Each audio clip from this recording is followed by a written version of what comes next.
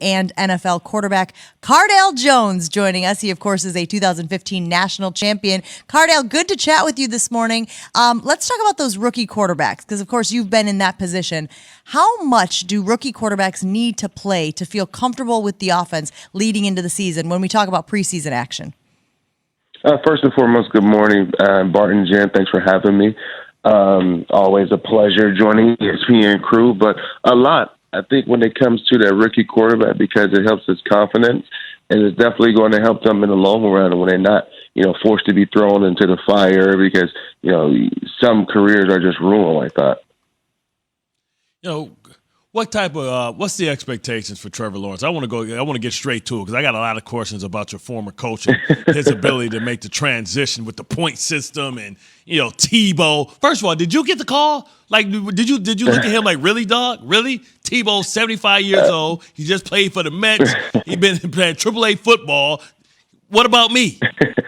Well, I mean, that was tough to see, knowing I didn't get a call, especially from a former coach, and I'm being so fresh out of football, and but they got a lot on their plate right now, and they have Gardner did the number one pick, and so they got some other quarterback issues they need to figure out first. But they can think about bringing in a former guy that was coached by Coach Meyer. But I don't know, man. I think it's a lot of expectations clearly on Trevor being a number one overall pick, and going to a situation where they only won one game last year, walking into organization where you got also a new coach and a lot of new faces. So I can imagine the pressure and the expectations is extremely high on him. Cardale Jones joining us on the Goodyear hotline. I think it's a great point to talk about what the Jaguars are doing. And, of course, there's always conversations about the transition from the college game to the pro game. And that's not just for players. That's for coaches as well. If you could sit down with Urban and give him, the biggest thing he needs to know about making the jump from the college game to the NFL, what would you tell your former coach? Well, we actually talked about this before he took the job, and the rumors were out there, and I had an opportunity to have dinner with him at an event, and we shot it straight, and I said, hey, what's going on? And it was one of his worries and concerns of, he knew that I knew his style of coaching. He wanted to know what a transition, to the next level. And I'm pretty sure he asked a lot of former guys that he coached that was at that level or is at that level now. And, he got a lot of head coaches that are great friends in the NFL. And I'm pretty sure they was giving him feedback and advice. And I think it'll work. And I think Trevor will see a lot of similarities in Urban that he saw in Sweeney, and have an opportunity to play with some guys that was coached by Coach Sweeney. Some of the stories are similar. So he's going to walk into some situations where, every waking moment is going to be competitive, and how can you get a competitive edge over the next guy that, Urban's going to put him in that he was accustomed to at Clemson. Now, when you think about, the transition from the pros to college, one of the biggest differences is that you're dealing with professionals and you're dealing with grown men. And you have to explain sometimes the why, not just what we're doing, but why we're doing it. How do you think his communication skills are going to be able to kind of get this locker room and earn the respect of this locker room? He's had a little adversity early on in his career. You think about, the strength coach hiring and, the Tebow distraction. How does he earn the respect of the men in that locker room, and how does he make the transition to dealing with men opposed to dealing with boys?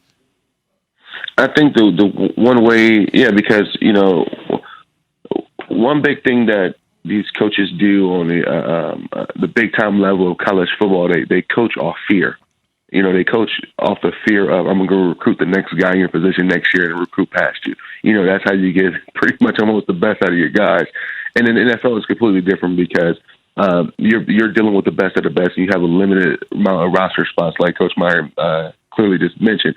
But I think he go in there and he put his ego to the side and don't go in there like, hey, I've done this before, and coaching is coaching. You respect these guys' time, you respect their effort and energies. But one thing that Coach Meyer always did an unbelievable job of doing is coaching the why.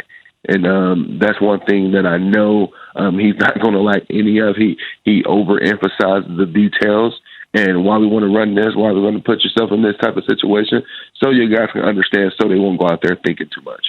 Cardell, a lot was made of this winners and losers drill that Urban brought to his NFL coaching. Obviously, guys going head-to-head, one-on-one, and then they basically tally who won and who lost. He said that sometimes that will determine, if a guy is on the bubble, who he keeps on the team. What is your reaction to that? Did he do that in college with you guys at Ohio State? And how can that work, or how can it backfire at the NFL level? Yeah, that was a big-time thing with us in college. I mean, clearly you couldn't cut none of us, but it plays into fact of it was just almost like an embarrassment thing because the tallies were all over the facility to show how many times this guy might have beat you or the trend and things like that. But I don't really see that playing into too much effect of the NFL, because at the end of the day you still got to go out there and play. I mean, a guy might beat me, one or two plays, and whatever drill that you're doing. But, we get out there on the field, you let your play, speak for itself, because, a one-on-one, receiver versus DB going to have way more obstacles in a way in the game versus just one-on-one practice. We know this is my guy. He don't have no help and things like that. That is former Ohio State quarterback and NFL quarterback Cardell Jones. Still ready, still staying ready, right? Yes, sir. That's all. Stay ready, ain't got to get ready. Yeah, let that be known, too. He's still out there ready for all of these bums. We got these third-string quarterbacks. Give my man a shot. Give him the call. If you stay ready, you don't have to get ready.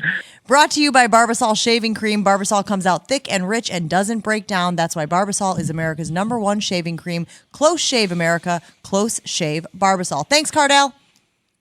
Appreciate it. Thanks for having me, guys. We have been asking for your calls all morning long, and we do have a few about the best sports feuds in the history of sports. So let's get to Victor in New York. Victor in New York, best sports feuds. You got your hand up? Yeah, I want to say one before Victor steals. All right, go ahead. Give me yours. One of my favorites is Buddy Ryan and Mike Ditka, because I played for Rex Ryan, so I know all about the inside feud. That's a great feud. I mean, again, that goes back to ego. Straight Chi-Town, right? And we're talking about this because, obviously, Jerry Jones announced last night on the Fox broadcast that Jimmy Johnson will, in fact, be in the Ring of Honor after keeping him out of it for years and years and years, decades even, as he struggled with not getting enough credit